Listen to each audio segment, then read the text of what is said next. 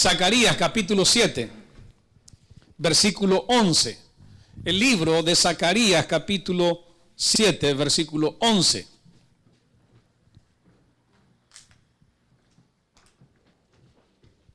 Zacarías capítulo 7, versículo 11. Zacarías es un libro que está al final del Antiguo Testamento, antes de Malaquías.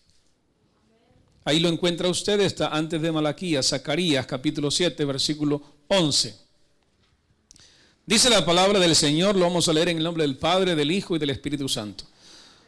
Pero no quisieron escuchar, antes volvieron la espalda y taparon sus oídos para no oír.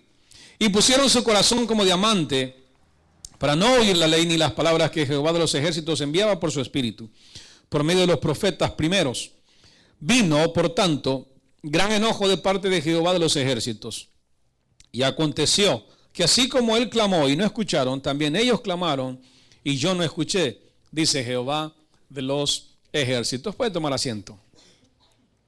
Hermanos, seguimos. Este es el último sermón de la serie que titulamos ¿Qué quieres escuchar o qué queremos escuchar? Hoy cerramos ya, este es el último sermón. Y quería leer esto, yo ya hice un sermón de este pasaje.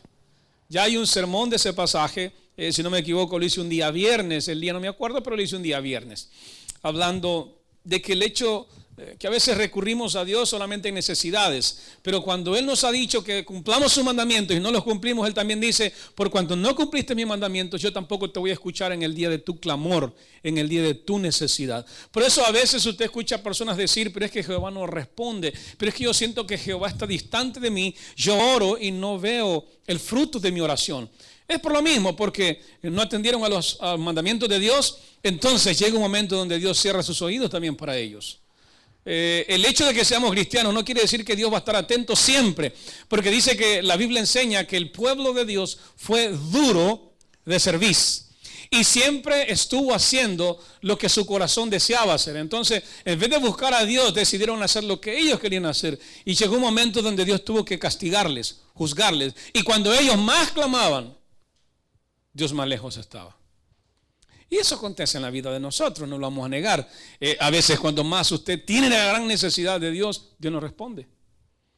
Y no es porque esté trabajando, porque hay dos maneras. Dios está trabajando y lo hace a través de no responder, y también cuando hemos fallado sus mandamientos, Dios nos quiere responder. Él sabe su necesidad, Él sabe lo que necesita, pero no le va a responder.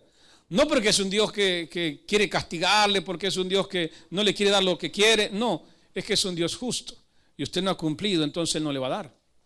Él no va a responder. Y es lo que dicen estos textos. Al final el versículo 14 dice que los voy a esparcir por todo el mundo. Y así fue, así aconteció. Los judíos fueron esparcidos por el mundo, hermano, hasta 1948, que regresaron a su nación. Haga de cuenta cuántos años no hubieron perdidos en otros países, hasta que regresaron en 1948. Profecías que fueron dichas, valga la redundancia, por los profetas acerca de este pueblo rebelde y contradictor. El hecho de que nosotros seamos cristianos no quiere decir que usted no va a ser rebelde y contradictor. Somos rebeldes y contradictores. Pero ¿cómo yo puedo, de alguna manera, entender el mensaje de Dios y encauzar mi vida solamente en el camino recto, que es el camino del Evangelio? Porque recuerde, hay un camino amplio y yo puedo vivir con un pie en el camino angosto y con un pie en el camino amplio. ¿Sí? O sea que no los quiero dejar los dos. Puedo vivir con un pie adentro de la iglesia y con un pie fuera de la iglesia. ¿Entiende? Escuchando lo que quiero oír. Y el problema es este que dice, pero no quisieron escuchar antes, ellos tampoco volvieron las espaldas y taparon sus oídos para no oír. Entonces eso acontece con cada uno de nosotros. A veces escuchamos el pasaje de la Biblia que se lee, escuchamos el sermón, a veces escuchamos los consejos del consejero, a veces somos exhortados en el caso del pastor o de un hermano de la iglesia y nosotros nos molestamos. Dice, ¿por qué me está hablando eso? Me enoja, me dijo que hiciera esto. ¿Cómo vas a creer que Él me va a mandar mi vida? Él no dirige mi vida. No se dirige la vida, son consejos sabios, consejos bíblicos que le van a ayudar a mejorar su vida, su entorno, su familia, su medio ambiente va a ser favorable. Pero no queremos, porque ya estamos decididos a vivir un estilo de vida que hemos ya adoptado o tomado, o estamos imitando a alguien más un estilo de vida. No imite el estilo de vida de nadie, haga el propio. Haga el propio. El único estilo de vida que debemos imitar es el estilo del Evangelio. Es la vida evangélica que tenemos que vivir. El cristianismo, de ahí no imite a nadie. Olvídese del mundo, olvídese del resto. Un dato interesante. Aquellos que conocieron un cantante rockero que era uno de los grandes satanistas, hoy se ha convertido al evangelio. Dice, no me pregunten mucho de la Biblia porque yo no sé, dice, pero algo sí sé. Yo soy cristiano y ahora voy a predicar el evangelio. Se me olvidó el nombre, pero es alguien bien conocido, bien conocido. Por la tarde le doy el nombre. Alice Cooper se convirtió al evangelio. Gracias, hermano, gracias. Alice Cooper se convirtió al evangelio, uno de los mayores satanistas, aquel que inspiró a Kiss, aquel que inspiró a AC/DC. Él, ese hombre, ahora se convirtió al evangelio. Que hacía completamente brujería. Él ponía maniquís y les pasaba la guillotina en plenos conciertos, hacía de todo, se pintaba horrible. También inspiró a Marilyn Manson a que fuera como es. Ese hombre se convirtió al evangelio. Interesante, ¿no? El evangelio sigue haciendo su parte, el evangelio tiene poder y elige a quiénes y cuándo y dónde. Entonces, nosotros a veces queremos llevar nuestra vida a nuestro antojo, mientras que otros que ya la vivieron ya no quieren vivir, quieren salir de ahí y nosotros queremos imitarles. ¿Por qué? ¿Por qué quieren imitar a Alice Cooper si ahora él quiere imitar a Cristo? Él está diciendo, miren, la vida que yo llevé no sirve. Solo hay una vida que se debe vivir y es la vida de Dios, es la vida del evangelio. Imiten a Cristo. Y nosotros queremos imitar al mundo, ¿usted cree? Nosotros queremos parecernos más a ellos. Y ellos un día se quieren parecer más a Cristo. Y nosotros entonces queremos quedar con las modas que ellos dejaron. ¡Qué tristeza! Entonces, el problema es que no queremos oír. El problema es que no nos gusta el evangelio. El problema es que no nos gustan los consejos. El problema es que no nos gusta la exhortación. Hablaba con un hermano en El Salvador y me dice, oye, mira, lo que pasa es de que ahora se está dando un fenómeno más diferente, me dijo. Hoy algunos pastores son jóvenes y la mayoría de personas dentro de la iglesia son adultas. Entonces, cuando este pastor joven los quiere exhortar, aconsejar, animar, le dice, ¿cómo me va a aconsejar si es un bicho? ¿Qué me va a enseñar a mí si he vivido más que él? Y el problema no se trata cuánto vivió. El detalle se trata del don que Dios le ha dado para discernir la vida, para entenderla sin tener que pasar por el hoyo. Hermanos, si yo no necesito, por ejemplo, un pastor no necesita estar casado para conocer el matrimonio. Sí, basta con ver a los hermanos casados en la iglesia y uno aprende. No necesita estar casado. El pastor no necesita haber pasado ciertas circunstancias en la vida para entender los sufrimientos. No necesita haber sido drogadicto para hablar de la drogadicción. No necesita.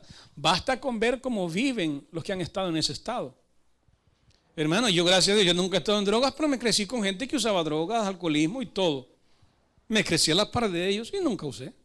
Y sé cómo viven, sé cómo actúan y sé que les preocupa. No hay nada en su corazón, no hay deseo de vivir, no hay nada. Lo único es satisfacer su necesidad en el momento. Entonces, ¿necesita un pastor pasar por ahí y usar drogas para conocer? No. ¿Qué es lo que sucede? Que el ser humano cree y se cree justo o entendido, pero el problema es que es en su propia opinión. O sea, no hay nada que lo sustente. No tiene fundamento para decir que lo que hace es correcto, pero tiene lo mejor para él o para ella en ese caso, que es su propia opinión. Así creo que es, hermano. Y si yo creo, usted puede decir lo que quiera. Entonces eso no va a ayudar, porque lo único que cambia el corazón, transforma y da sabiduría es la palabra de Dios. Hay un don que es el don de sabiduría. Y hay otro don que es el don de conocimiento. Entonces todos son dones. ¿Necesito yo pasar por el sufrimiento para entenderlo? No. Necesito que Dios se me revele. Porque ¿quién conoce el corazón del ser humano? Su espíritu y el espíritu de Dios. Por ejemplo, ¿quién se conoce mejor que usted mismo? Usted mismo. ¿Quién más? Dios. Entonces, si Dios me da un don, yo no necesito otra cosa más que conocer lo que el Espíritu Santo me dice acerca de usted. Eso es todo. Y yo no vivo con ustedes, yo no sé cómo es usted, pero el Espíritu Santo da el don. No estoy diciendo que yo tengo el don de sabiduría y el de conocimiento. Pongo un ejemplo, un parámetro para que usted entienda lo que significa a veces, por qué las personas dan consejos, por qué las personas exhortan, de dónde viene. A veces no la persona, el apóstol Pablo lo cita de esta manera, dice, el detalle es que lo que tenés no es tuyo, te fue dado. Y si no es tuyo, o sea, la gracia es para alguien más, no para ti. No te jactes. Entonces, cuando te da un consejo acertado, no diga, bárbaro, me estoy haciendo casi adivino. Eso es brujería. Usted tiene que decir, gracias a Dios que de alguna manera Dios tuvo misericordia de esa familia, de esa persona, y su corazón y su vida ha cambiado y me usó a mí que soy nadie. Eso no quiere decir de que ya quedó usted, hermano, y va zumbando para arriba y es el mejor. No, en ese momento recuerde, Dios usa hasta los burros. ¿Sí o no? Dios usa los burros. Entonces, ahí estamos nosotros hablando. ¿Por qué? Porque Dios es fiel. Dios tiene misericordia de las personas y Dios va a hablarle. Pero Dios habla con aquel que quiere escuchar. ¿Sí? Ahora, el que cierra sus oídos, hermano, es difícil. Es difícil. ¿Cómo le ayuda a usted a alguien que cierra los oídos? No se puede ayudar. Entonces basta verle, basta hablar con él, basta decirle, y usted se va a dar cuenta que no quiere mejorar su estilo de vida. Le gusta. Entonces, ¿qué hay que hacer, hermano? Quite las manos. Que Dios actúe. Y eso es lo que vamos a hablar esta mañana. El detalle es, ¿qué queremos escuchar? ¿Qué queremos escuchar? Y yo le invito a que sepa qué quiere escuchar. Acompáñeme a 2 Timoteo 3:16. Y este debe ser su enfoque toda la vida. Hoy terminamos qué es lo que usted debe buscar siempre. Primero, hermano, 2 Timoteo 3:16. Me da un fuerte amén cuando lo tenga listo. 2 Timoteo 3:16. ¿Lo tiene? Toda. ¿Cómo dice? Toda.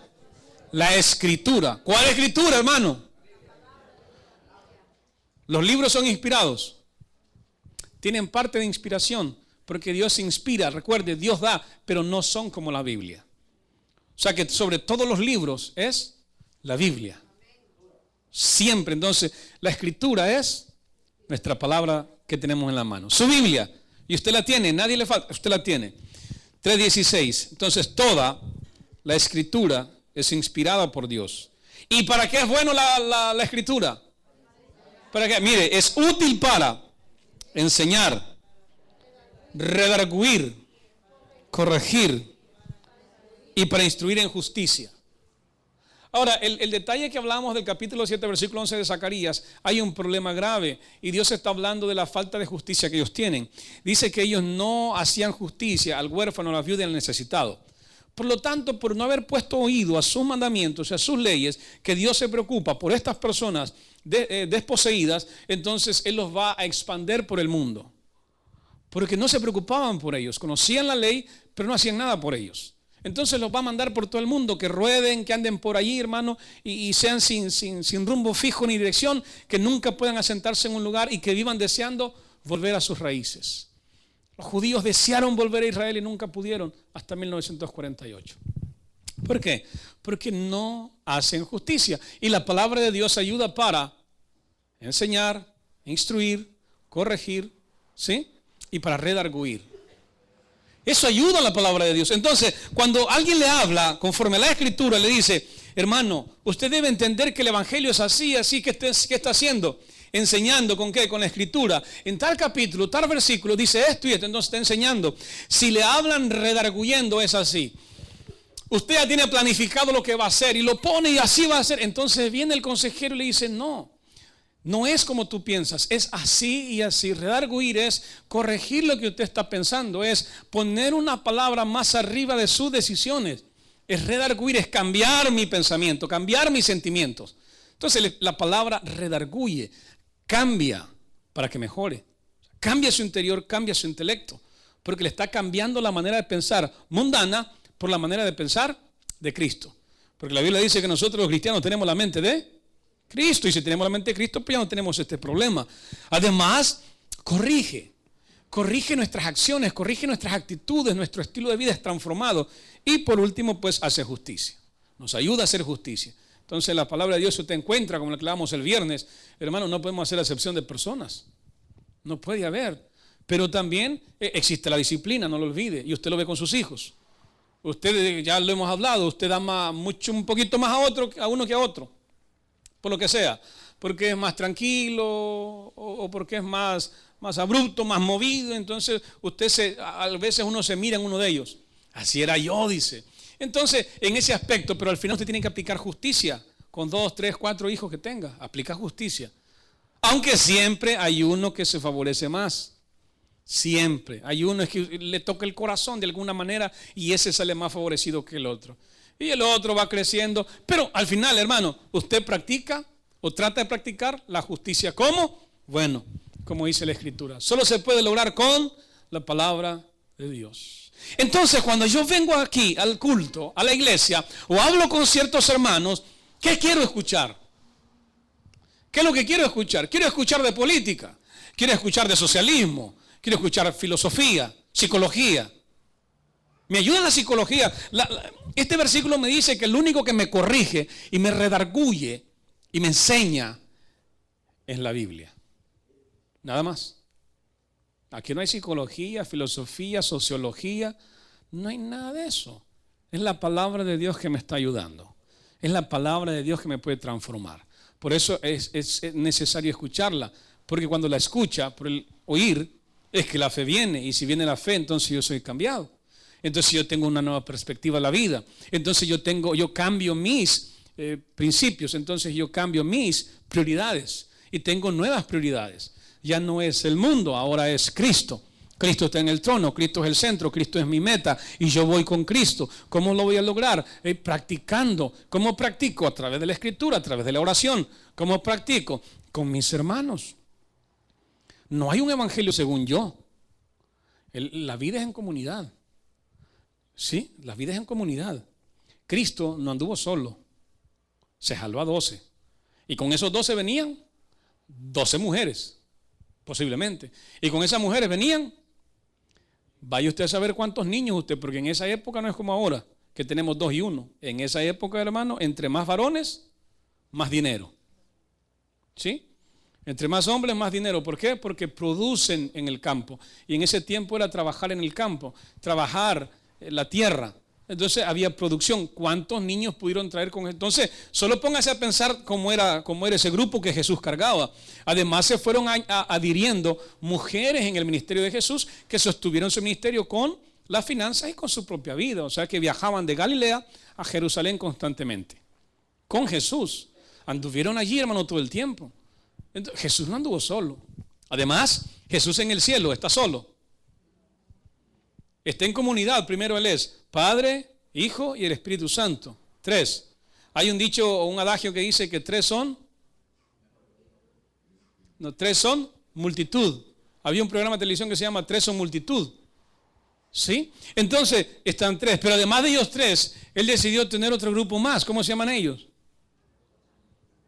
¿Cómo se llaman ellos, hermano? Ángeles. Entonces está Padre, Hijo, Espíritu Santo y además tiene ángel. Está solo Dios. Y además todavía, cuando esto termine y Él venga por su iglesia, ¿quiénes más van a estar ahí? Entonces la vida del evangelio tiene que ser una vida en comunidad. Por eso cuando ustedes miran Hechos de los Apóstoles, ellos vivían en comunidad. No vivían solos, no se apartaban y vivían su evangelio según ellos en la casa. No necesitamos ir, porque hay unos hermanos que dicen, yo he oído unos hermanos que he platicado con ellos, y dicen, ¿sabes qué? No necesitas ir a la iglesia. Si tú eres la iglesia, ¿para qué vas a la iglesia? Quédate en tu casa, disfruta, lee la Biblia, comparte con la familia y ya está. Esa es la iglesia. Oiga, pero eso es aislarse. Eso no es tener una vida en comunidad. Sí, pero tú puedes vivir. Ese no es el principio divino, porque cuando muramos y estemos en la presencia de Dios, no vamos a estar solos en una champita. Vamos a estar todos juntos. ¿Entiendes? Es comunidad. Toda la gente va a estar junta. Y además dice que van a haber animales, ¿sí o no? Dice que el león va a jugar con el cordero. Pero no solo eso, sino que un niño los va a pastorear. Oiga, entonces es una vida comunitaria. No es solitaria. ¿Entiende entonces cómo son las cosas? Por lo tanto, la Biblia nos enseña. Ahora, hablando de la Biblia, yo le quiero compartir algo. ¿Cómo fue preparada la Biblia? Los materiales que se usaron, porque esto es lo que nosotros tenemos. ¿Cuáles son los materiales? Mire, usaron papiro, un material que se hacía de planta del mismo nombre, se llama papiro. Usaron el pergamino, estas eran pieles curtidas de animales, donde se escribía. El pergamino era mejor porque era cuero, era pieles, y se preservaba más la tinta que en los papiros se rompieron. Por eso la mayoría de copias que existen son papiros que han tenido que descifrar las palabras en algunos casos, pero gracias a Dios han habido nuevos hallazgos arqueológicos. Y la otra que usaron fue la vitela. nombre que se le daba al cuero de ternero. Las tres cosas que se usaron en aquella época para escribir, no había papel como hoy. Y además usted sabe, por ejemplo, hay un tipo de papel como el que dan en las markets, que si usted lo guarda con el tiempo, ¿qué sucede? Ya no está la tinta, desaparece. Por eso uno tiene que hacer ciertas copias de ellos, porque si no, desaparecen. Tiene que ser un papel diferente, como este, mire, este no desaparece con el tiempo. Entonces, esos fueron los materiales que usaron. Ahora la forma de los libros fueron rollos y también unos que se llamaron libros o epistógrafo, algo así se dice, que utilizaron, que mantuvieron para mantenerlos guardados. Ahora, los textos arqueológicos que se han usado, que se han encontrado son el texto masorético. Esto se le llamó los masoretas, que añadieron vocales al texto hebreo para poder tener una comprensión ya latinizada para nosotros, porque ellos pues su lenguaje no era con vocales, era nada más pronunciaciones en puro, ¿cómo se llaman las otras letras? Consonantes, eran vocablos consonánticos. Entonces tuvieron que estos masoretas buscar un método de entendimiento para nosotros los que no somos de Israel, que no tenemos el hebreo ni mucho menos el arameo. Yo no comparto con algunos mesiánicos o judíos, porque ellos dicen de que el idioma de Dios es el hebreo. Pero si fuera ese, al final no fue el hebreo el que inició con Abraham. No hablaban hebreo, hablaba otro idioma, lo que se conoce como un arameo bastante cuadrado, le llamaban. Así es que ha sufrido cambio. Entonces, si tuviera que ser así, yo no creo mucho. Y los judíos siguen diciendo que todo el mundo debe hablar hebreo. Si fuera el caso de que tenemos que volver a un solo lenguaje, pues tendría que ser el lenguaje que hablaban en Babel, ¿sí? No el lenguaje de los hebreos, no el hebreo específicamente. Entonces, este es el lenguaje que los masoréticos arreglaron para que nosotros lo podamos entender, y que es la tradición y las vocales que añadieron. Y por supuesto el texto de Qumran, que fue el hallazgo más posterior, o sea, más nuevo, donde encontraron en una cueva completa, bastante completo, los textos del Antiguo Testamento, que es lo que ahora más o menos se estudia, que eso fue en una cueva cerca del rollo del Mar Muerto. Y por supuesto la Septuaginta de los 70 o 72 rabinos que pusieron a escribir. Esto es interesante, fíjate, este dato bueno. En Egipto, los Ptolomeos decidieron que se escribiera un libro, los libros hebreos, pero decidieron, yo le he dicho, creo que lo comenté una vez anterior, que trajeron 70 rabinos que lo escribieran, pero los 70 rabinos no se conocían. Y se les pidió que escribieran lo que ellos sabían de los textos o de lo que era los textos de Moisés, y por supuesto también lo de los profetas. Entonces se escribieron, hermano, y todo era exacto. Entonces dijeron, ¿cómo es posible que 70 personas puedan estar de acuerdo? Nunca se han visto, no se hablan por teléfono, y escribieron lo mismo y hicieron que los mismos libros que fueron incluidos estén allí. Esto solo puede ser obra de Dios. Y por eso quedó lo que se conoce comúnmente como la Septuaginta, que es la que se cita a veces para buscar textos más anteriores, o sea, más válidos que los posteriores, porque algunos argumentan que hubo problemas con la escritura, porque usted sabe que cuando uno copia mal, ¿verdad que sí? ¿Cuántos de los que estamos aquí sabemos gramática? ¿Verdad que no? Entonces, cuando copiamos, podemos omitir alguna palabra, una letra, y a veces todo eso cambia el sentido de la oración si no le puso una coma correcta. La bendición en este tiempo era que no habían puntos y comas, que se escribía de corrido, pero también ellos sabían cuándo parar para poder entender el párrafo. Entonces tuvo que haber un estudio profundo para ver dónde se iban a separar las palabras, porque ellos sí sabían hacerlo. Entonces eso generó de que los copistas, los escribas, cuando copiaban, como todas las letras están juntas, podrían equivocarse con una letra y poner otra letra y así cambiar el mensaje completo. Pero gracias a Dios se han ido encontrando, y siempre va con la Septuaginta, van haciendo comparaciones, van buscando lo que más se apega, hasta que ahora tenemos lo que usted tiene en las manos. El texto más fiable es este. Algunos dicen que la Biblia no es, que la 1960 no, que tiene que ser la versión nueva internacional, que está más apegada, que no tiene ciertos textos bíblicos que no aparecen en los rollos originales. Vaya usted a saber. Yo le digo algo, yo sigo creyendo en la 1960. Aunque siga la teoría de la alta crítica acerca del Antiguo Testamento, que si Moisés escribió, no lo escribió Moisés, hasta el día de ahora, yo sigo creyendo esta Biblia, hermano. Yo la sigo creyendo. Porque de alguna manera este texto llegó a mis manos. Y es lo que se conoce la preservación de la palabra de Dios. ¿Y quién puede preservar la palabra de Dios? Es el mismo Dios. Y si esto llegó a nuestras manos, es porque es decisión de Dios que tengamos este texto, no otro. Eso es lo que se conoce como la soberanía de Dios. Nada está fuera de su mano. Si esto es, esto es. Si hubiera querido que tuviéramos solo el Antiguo Testamento, pues solo tuviéramos el Antiguo Testamento. Si hubiera querido que solo tengamos el Nuevo Testamento, pues solo tuviéramos el Nuevo Testamento. Pero en su decisión, en su soberanía, tenemos lo que tenemos. Por lo tanto, para mí, toda la Escritura es inspirada por Dios. Y ya no entiendo lo que postula la Nueva Versión Internacional, pero igual yo sé lo que estoy creyendo, porque lo que ellos quitan o ponen, no añaden, no quita, la Escritura sigue siendo la misma, por lo tanto yo creo en todo lo que contiene ya.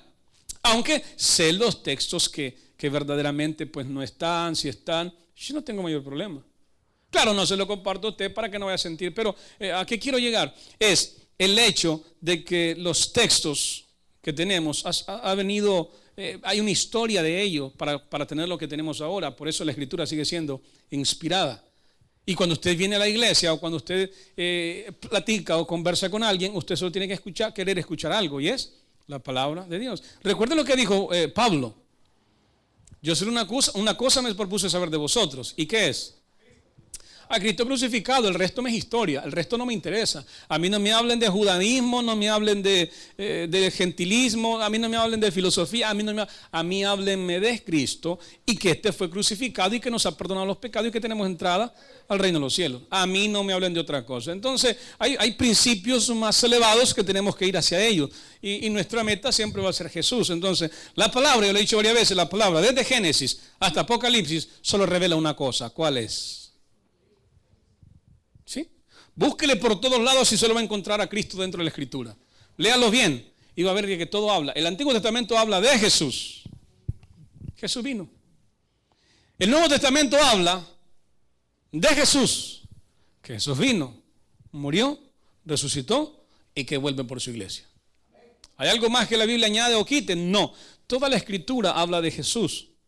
Entonces, todo lo que nosotros podamos leer es una vida, una transformación completa para ser como Jesús es.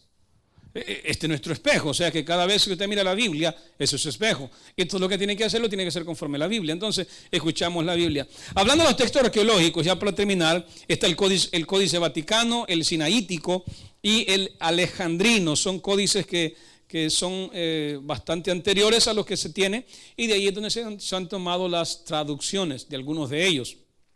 Hay algunos textos más, pero estos son la mayoría usados para las traducciones de las Biblias que ahora usted mira: lenguaje actual, la Nueva Jerusalén, la versión internacional, el lenguaje sencillo, y usted empieza a verlo.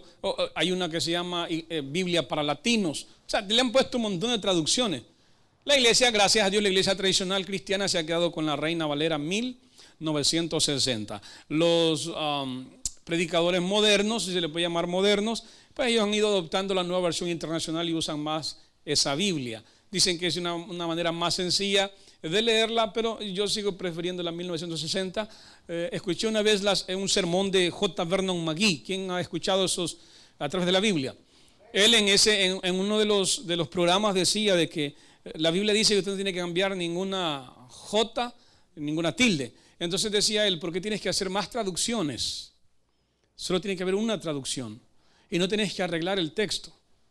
Una traducción, hermano, es tratar de poner lo que dice en su original. Por ejemplo, si usted va a poner door es open, entonces door es puerta, entonces va a escribir puerta, no va a escribir portón. ¿Verdad? Porque para portón en inglés sería gate. Entonces va a traducir como el texto lo dice. Entonces J. Vernon McGee en sus estudios concluía él de que esta Biblia se apegaba más a la traducción del original. Entonces dijo él: ¿para qué vas a seguir traduciendo si ahí entonces estás cambiando la palabra de Dios? Y la palabra tiene que seguir siendo como está escrita, no como yo quiero que diga para que los demás entiendan. Para eso están los predicadores. Lee la palabra y después la explica. Para eso él tiene que estudiar un poquito más para poder explicar. Entonces yo le estoy tratando de entender. J. Vernon McGee lo hace de una manera sencilla, muy bonita, muy, muy práctica, y muy intelectual. Yo se lo estoy haciendo de una manera sencilla como yo puedo. Entonces, de eso se trata. Yo prefiero esta Biblia 1000 veces. Esa es mi preferencia, esta Biblia. Ahora, hay muchas traducciones, pero yo no uso traducciones. Yo siempre trabajo con mi Biblia 1960. Los textos que utilizo son los mismos. Prefiero estudiarlos, entenderlos. Y aunque yo creo que tengo 5 Biblias más en mi computadora, que yo puedo estar viendo los textos bíblicos como cambian. Sin embargo, yo sigo utilizando esta. Algunos siempre que predican con otras versiones. Y la gente sigue teniendo la 1960. Entonces, para mí sigue siendo la palabra del Señor. Por lo tanto, ¿qué quiero escuchar yo? Yo quiero escuchar la palabra de Dios. Pero no la quiero escuchar de una manera que la entendió alguien que ni por cerca quizás fue cristiano, solamente era un filólogo y lo escribió, era un conocedor completo y escribió como él entendía, olvidando los principios divinos. Entonces, un poco difícil, ¿sí o no? Como la traducción del Nuevo Mundo. Prefiero esta Biblia. Yo vengo a escuchar la palabra de Dios. Entonces, no lo olvide, la palabra de Dios tiene vida. Vamos a cambiar ahora. Y viendo esto, que la escritura es la palabra de Dios, hay que ver que la palabra de Dios tiene vida. Acompáñenme a 5:39 de Juan. El Evangelio de Juan 5:39. Correcto. Hermanos, solo la escritura le puede dar vida eterna a usted. Solo la escritura le da vida completamente. Solo ella, nadie más. Nadie más, solo la escritura. ¿Lo tiene? 5:39. ¿Estamos? Listo, dice la Biblia. 5:39. Escudriñad. O sea, ya vimos, toda la escritura es inspirada por Dios, útil para enseñar, redarguir, corregir e instruir en justicia. Entonces ahora dice, ya que sabes que esa escritura es inspirada, ¿qué debes hacer? Escudriñala. ¿Sí? Ya sabe que hace 4 cosas: enseña, redarguye, corrige y además hace justicia. Entonces, ya que lo sabes, ahora escudriña las escrituras, porque a vosotros os parece que en ella tenéis la vida eterna y ellas son las que dan testimonio de mí. ¿Cómo puedo tener yo vida eterna? Porque ellas dan testimonio ¿de quién? De Cristo. ¿Y quién da vida? Cristo. Ahora veamos qué es la palabra de Dios. ¿Cómo estas palabras que supuestamente decimos el viento se las lleva, cómo estas palabras pueden generar vida en un ser humano? 6:63, ahí mismo, 6:63. ¿Cómo pueden generar vida? Muy bien, dice el 6:63. El Espíritu es el que da vida. ¿Por qué? Porque la carne para nada aprovecha y las palabras que yo os he hablado son espíritu. ¿Entiende? Entonces vamos viendo, toda la escritura es inspirada por Dios. Perfecto. Escudriña las escrituras porque en ella tenéis vida eterna y ellas dan testimonio de Jesús. Porque las palabras que él ha hablado son espíritu y además son vida. Entonces solo la escritura le puede dar vida, solo la escritura me da vida. Si no hablamos, nosotros estamos muertos. Aquellos que no conocen a Dios están muertos en sus delitos y pecados. Por eso Jesús le dijo a Nicodemo, te es necesario nacer de nuevo, porque estás muerto. Espiritualmente estás muerto. ¿Cómo sabemos que espiritualmente la gente sin Cristo está muerta? Adán, el día que comas de ese árbol, del bien y el mal, morirás. Murió espiritualmente primero, está muerto espiritualmente y él no tiene vida, necesita la vida espiritual, porque el espíritu es inmortal, ¿sí? No es eterno, es inmortal. Entonces va a vivir mucho tiempo. Entonces necesita de alguna manera Dios renovarlo, hacer una restauración de ese espíritu. Entonces lo hace a través de Jesús. ¿Y cómo? Que la gente nazca de nuevo. Si no hay un nacimiento, entonces sigue muerto en sus delitos y pecados. Entonces, para poder tener vida, yo necesito escuchar las palabras de Dios. Y las palabras de Dios son espíritu y vida. Y lo que hacen es revivirme porque estoy muerto. Me hacen nacer de nuevo. Entonces, ¿cómo voy a entender todo eso? Solo escuchando la palabra de Dios. Hermano, conversando de otras cosas, que va a tener dinero, que va a encontrar la pareja que usted quiere. Órele al Señor, busque, hable con los hermanos. No, hermano. La Biblia dice que buscar primero el reino de Dios y su justicia y las demás cosas van a ser añadidas. Todo lo demás son añadiduras. Cuando el ser humano muere, no le preguntan dónde está tu pareja. No le preguntan dónde está tu pareja, dónde están tus hijos. Cuando llegan a la presencia, llegan solamente con un fin. ¿Está escrito su nombre en el libro de la vida o no? No le preguntan, mira, déjame ver si hiciste una reservación para tu esposa, para tu esposo. Vamos a ver si hay reservación para tus hijos aquí en el reino de los cielos. A ver si están anotados. No. Ahí no hay nada. Ahí es, el rico y Lázaro murieron. Lázaro fue al seno de Abraham y el rico fue al Hades, al lugar de tormento. Les preguntaron a ellos dónde estaba la familia. No, el rico se preocupó por la familia. Pero no le preguntaron, mira, tu familia dónde está, por qué no has hablado del evangelio, qué pasó a Abraham, dónde está. Si alguno hable conforme a las palabras de Dios. Si alguno ministre conforme al poder de Dios que Dios da, para que en todo sea Dios glorificado por Jesucristo, a quien pertenecen la gloria y el imperio por los siglos de los siglos. Amén. ¿De quién se trata todo? ¿Sí?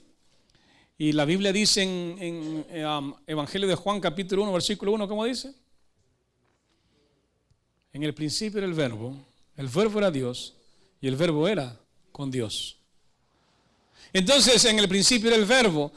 Y sin la Biblia, usted y yo no tenemos nada. Sin la Biblia no hay nada, hermano. El resto de lo que yo puedo hablar si no utilizo la Biblia son puras expresiones humanas. Pero cuando yo leo la Escritura, pasajes como este, entonces son palabras que son espíritu y vida. ¿Entiende? ¿Cómo yo entiendo? Lo demás es interpretación, entenderlo. ¿Cómo yo entiendo? Es sencillo. Si alguno habla, hable conforme